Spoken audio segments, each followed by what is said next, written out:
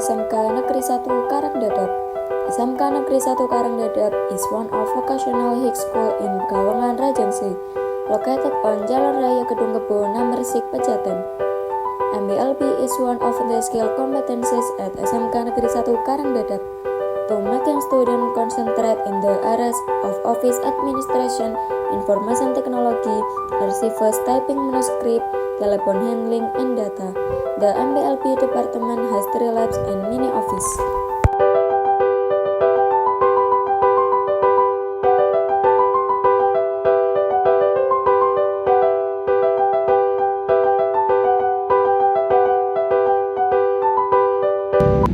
Assalamualaikum warahmatullahi wabarakatuh.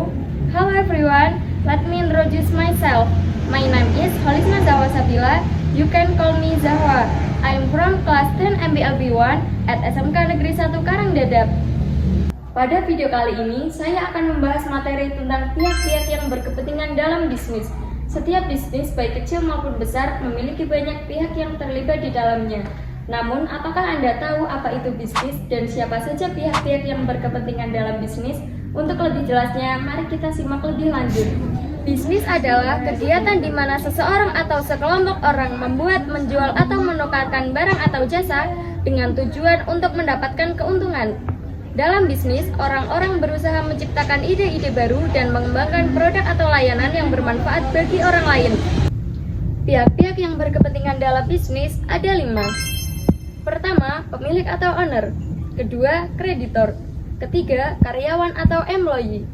Keempat, pemasok atau supplier. Dan kelima, pelanggan. Untuk lebih jelasnya, mari kita bahas satu persatu. Pertama, pemilik atau owner. Pemilik atau owner adalah orang atau organisasi yang memiliki hak kepemilikan sebuah usaha. Dalam bahasa Indonesia, owner artinya adalah pemilik. Namun, dalam dunia bisnis, seseorang dapat disebut sebagai owner apabila ia adalah pemilik dari usaha tersebut. Seorang owner atau pemilik perusahaan memiliki tanggung jawab besar dalam mengelola bisnisnya. Tugas tersebut mencakup pengambilan keputusan strategis, perencanaan keuangan, dan pengembangan strategi pemasaran yang efektif. Kedua, kreditor.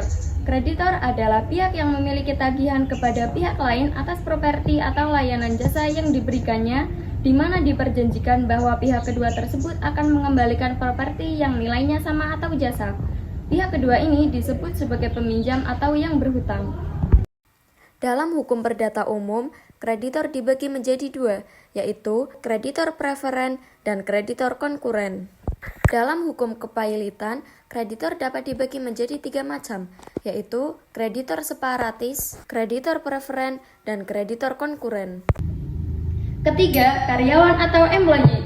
Karyawan atau employee dapat diartikan sebagai orang yang bertugas sebagai pekerja pada suatu perusahaan atau lembaga untuk melakukan operasional tempat kerjanya dengan balas jasa berupa uang. Tugas karyawan yaitu melaksanakan pekerjaan sesuai dengan tugas dan perintah yang diberikan, bertanggung jawab pada hasil produksi, dan menciptakan ketenangan kerja. Keempat, pemasok atau supplier. Pemasok atau supplier berperan dalam menyediakan bahan baku guna memperlancar proses produksi. Dalam bisnis, pemasok atau supplier artinya seseorang atau bisnis yang menyuplai barang atau jasa yang dibutuhkan oleh entitas bisnis lain. Tugas utama supplier adalah memenuhi kebutuhan pelanggan dengan menyediakan barang sesuai dengan permintaan dan spesifikasi yang diberikan.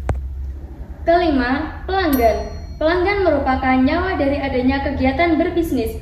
Loyalitas dari pelanggan akan menjaga kelangsungan bisnis perusahaan. Pelanggan adalah tulang punggung bisnis apapun yang terlibat dalam transaksi yang mendorong pendapatan dan pertumbuhan. Mereka bisa berupa individu yang membeli untuk penggunaan pribadi atau organisasi yang membeli untuk kebutuhan operasional. Dengan memahami siapa saja pihak-pihak yang berkepentingan dalam bisnis dan bagaimana cara mengelola kepentingan mereka, perusahaan dapat membangun hubungan yang lebih produktif dan saling menguntungkan. Hal ini pada akhirnya akan mendorong kesuksesan dan keberlanjutan bisnis. Terima kasih telah menyaksikan dan semoga informasi ini bermanfaat bagi Anda. Wassalamualaikum warahmatullahi wabarakatuh.